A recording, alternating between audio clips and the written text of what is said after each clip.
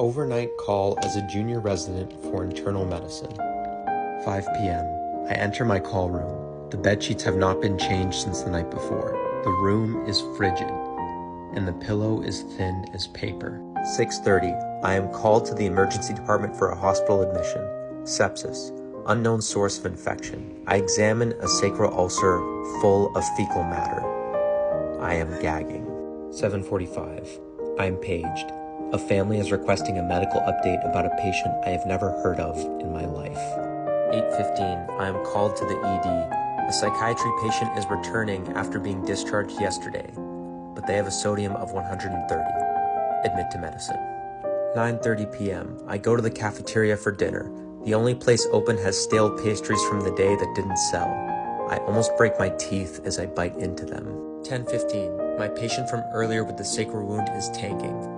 His blood pressure is in the low 70s. I've given 5 liters of fluids. I call critical care for support. They ask if I've considered giving more fluids.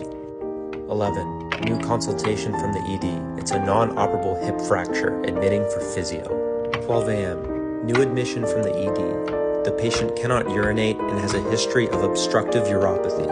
The urology resident tells me that the patient would be better served under internal medicine as they have many comorbidities. Their comorbidities are high blood pressure, for which they take 1 pill once daily. 2 a.m.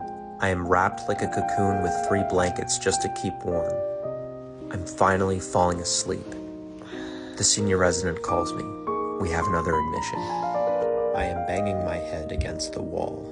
I am lying in bed, and I am paged to put in a physiotherapy referral. It is 4:30 a.m. 6 a.m. I am paged. Potassium is 5.3 on morning lab work. I review my 100 admission orders I entered for the night. The pharmacy calls me and asks if I intended to order levothyroxine as a PRN. 8 a.m.